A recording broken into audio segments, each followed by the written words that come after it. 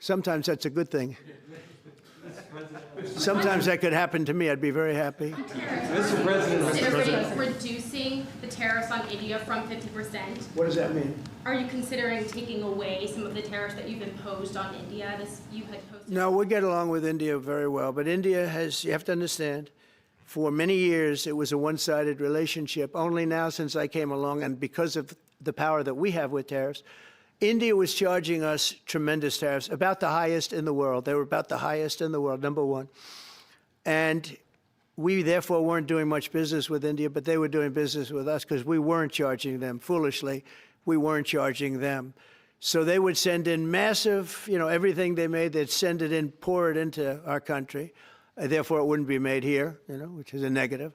But we would not send in anything because they were charging us 100% tariffs. And, I'll give you an example, Harley Davidson. Harley Davidson couldn't sell into India. There was a 200% tariff on a motorcycle. So what happens? Harley Davidson went to India and built a motorcycle plant. And now they don't have to pay tariffs. Same thing as us. So what we're doing is literally thousands of companies are coming into the U.S., car companies, AI, but, more traditionally, car companies. We have so many car company factories under construction or being designed right now. And they're coming from China, they're coming from Mexico, I must tell you, and they're coming from Canada, a lot of them coming from Canada. But they're coming into our country because they want to build here. And they want to build here for two reasons. Number one, they'd like to be here. And number two, the tariffs are protecting them. And number three, they want to avoid paying tariffs. When they build their cars here, they don't have any tariffs to pay. When you build here, you don't have any tariffs. Mr. President, Go ahead, in light of the Minnesota shooting last week, the Department of Homeland Security is now awarding more than $100 million to hundreds of faith organizations across the country to help them ramp up security. What's your vision for further protecting religious liberty across the country amid incidents of threats and violence? Religious liberty is so important, and we're talking about every religion now, and we're doing things on that nobody else has ever done, and we're going to be having a big announcement in about 2 weeks on that question. Yeah, please. On Space Command, sir, are you concerned that people may not be willing to relocate from Colorado to Alabama? No, I'm not worried. It will get somebody else.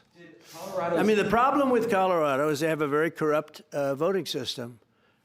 Look, I have so many friends in Colorado. Anytime you have mail-in voting, you have corrupt elections. Very simple. It's very simple. Even Jimmy Carter said it with his commission. They set up a commission with him and Scoop Jackson and some people, highly regarded people. And they said the finding was, if you have mail-in voting, you will have corrupt elections. Well, your radical left governor decided that he was going to have all mail-in voting in Colorado. Once you have all mail-in voting, and for whatever reason, the Democrats cheat. And they cheat like, they're not stupid. That's the only thing. They're no good on policy. They're no good on management. They're no good at government. But they're great at cheating. And they stick together, too. I give them credit for sticking together. Mr. President, please. Obviously, this is a big win for national security, moving this to Alabama. We've all can agree with that. Big. Is there any idea of the economic impact this has on the state and on that local area? Katie, do you want to answer that? Look, go ahead. Please go. This is going to be tremendous. The state of Alabama, what we've seen through this process is the worst of Washington. We've seen politics get in the way of what is best for the warfighter, what's best for national security. And the state of Alabama is about to show the country the best among us. So we know the economic impact is going to be tremendous. There at Redstone Arsenal, we're proud to house everything from the FBI to headquarters there for material command to a number of things. We obviously have NASA with Marshall Space Flight Center, and so this naturally fits within. When you look at the decision matrix that they placed in front of us, that's why we ranked so high, is because we have the resources necessary and the ability to build out quickly to meet the needs in front of us. As far as economic impact, it would be tremendous. Does anybody have an exact number? 1,600 jobs. 3,000 spinoff. With 3,000 spinoff. Look at this. This is teamwork right here. So we are really proud, and the people of Alabama are ready to get to work. And I've got a housing question, if you could, just for a second, Mr. Yeah, President. please. Owning a home And going about the American dream seems like it's out of touch for a lot of Americans. Yeah. Just recently, you pushed out a statement about addressing an emergency housing situation. That's right, we're thinking about doing that. Yeah, can you just? Well, we need a little help from the Fed. We have a man named Jerome Too Late Powell. You probably heard of him. He's too late. He's way too late. And the economy is so strong that it's pushing through that. Normally, it would have been much tougher, but we're doing so well that we're pushing through it. But it makes it very hard for people to get mortgages because too late is too late. Very simple. He's too late. And probably political, whatever. He wasn't too late before the election. Before the election, he was cutting rates, right? Because he was hoping that, I guess, Biden would get in or that Kamala would. He was a big Biden guy. Explain that one. And then he was a Kamala person. But he was hoping, I guess, she'd win, I guess. I don't know. It didn't work out too well. But yeah, we need a very serious cut.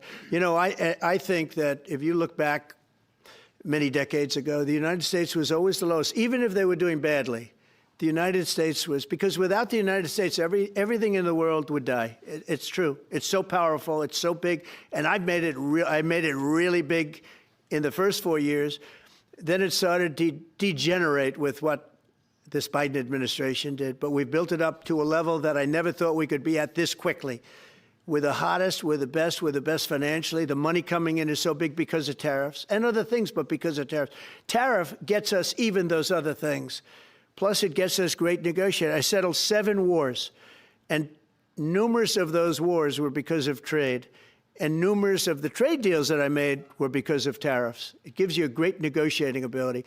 If that ability were taken away from us by a liberal court acting on essentially foreign nations asking to get help from the United States government, when they've been doing this to us for 40 years, that's why we have $38 trillion in debt. We won't have it for long if they let us if they allow us to do what everybody knows we should be able to do. Yeah, please. Mr. President, another Biden-era action that you're now reversing is that you signed a deal last week to make federal buildings adopt and embrace classical architecture styles again. Can you talk to us about why you do that, and also what's your vision? Well, we want to see beautiful buildings. Now, you know, it's in the eye of the beholder. I've seen architectural reviews over the years. I'm an expert at it. I've gotten a lot of great reviews. But I've seen buildings that I didn't think were very good get great reviews, and I've seen great buildings get bad reviews. So, but it's just a standard. We want to have a good standard. We're building something here, you know, for 150 years they wanted a ballroom at the White House. We're doing something at the highest level, using great architects and all. And, you know, it's very exciting. But we have a lot of interesting things happening architecturally in D.C. And D.C. is like a different place. And, you know, even the contractor said, sir, we walked down today, we feel like much safer. It's like a different place. Washington, D.C. is great. Now, we're going to also beautify it. We're going to put a topping on the roads. We're not going to rip them apart and take 4 years to build a road that was exactly the same by the time you build it. But we're going to put toppings. We're going to put new medians in. We're going to get the graffiti off. We're going to put tiles up in the tunnels where the tiles are missing. We'll do the whole tunnel instead of, you know, a little area where you see new tiles, old tiles that never look too good, but they could use it. You know, they've been up for 50 years. They've served their duty. But we're going to make this within about a 20-mile radius from the White House. We're going to have this place spick and span. It's going to be crime-free, and it's going to be spick and span. It's going to be, you'll be proud of Washington again. Go ahead, please. Sir, China's having a massive military parade that President Putin and Kim Jong-un will be attending. Do you interpret that as a challenge to this? And are you concerned at all about those countries trying to be some sort of counterweight? Not at all. China needs us, and I have a very good relationship with President Xi, as you know, but China needs us much more than we need them. No, I don't see that at all, no.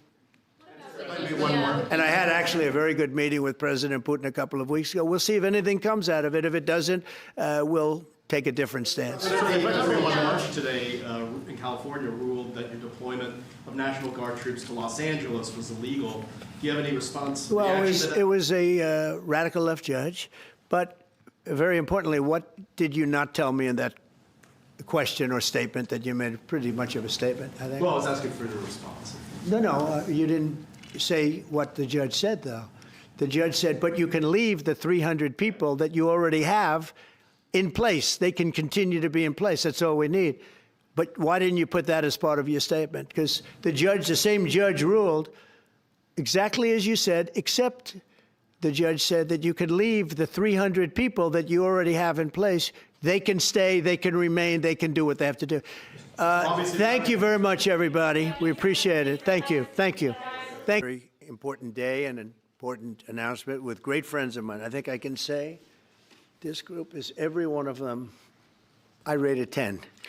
I can't always say that, even if they're Republicans, and these are Republicans, great Republicans. I want to thank you all for being here for this important announcement, 7 years in the making. As you know, this has been going on for a long period of time, and I am thrilled to report that the U.S. Space Command headquarters will move to the beautiful locale of a place called Huntsville, Alabama, forever to be known from this point forward as Rocket City. Okay, so Huntsville, Alabama, we love Alabama. I only won it by about 47 points.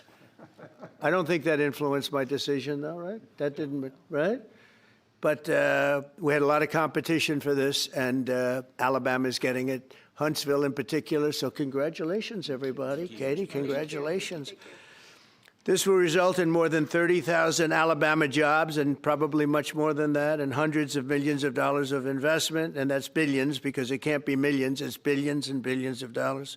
Most importantly, this decision will help America defend and dominate the high frontier, as they call it. I want to thank Secretary Pete Hegseth. He's doing a fantastic job, and Secretary of the Air Force Troy Mink. Troy, thank you very much. Great job you're doing, Troy. This is such a big deal. This is one that everybody wanted to know. What are you doing? I also want to thank Senators Katie Britt, and I want to give my condolences. Your grandmother, her grandmother just passed away. She was 100, right? 100, and she loves you, Mr. President. Well, and she was very proud of you. Thank you very much. Very, very proud of you. So thank you, Katie. Wonderful woman. She must have been. To produce you indirectly, I can tell you she had to be. Tommy Tuberville, who's a great coach. And I won't say anything about what happened with Alabama football this weekend. Let's leave that out. But you're not used to that, right? You're not used to that. But Tommy, Auburn won, that's right. They did. So you're happy. Tommy's been a great senator, as you know, and a fantastic guy all around. He was also a tremendous coach. House Armed Services Committee Chair Mike Rogers. Thank you, Mike. Where's Mike? Mike, thank you very much. Doing great, Mike. Representatives Barry Moore, all great friends, Robert Adderholt, Gary Palmer, and Dale Strong. Thank you all very much, fellas. Appreciate it. In my first term, I created a thing called Space Force, so important. You know, we were losing the race in space very badly to China and to Russia, and now we're far and away #1 in space. And reestablish Space Com with a mission to protect American space assets and detect any threat to our homeland. We initially selected Huntsville for the Space Com headquarters, yet those plans were wrongfully obstructed by the Biden administration. And as you know, they moved them to a different locale.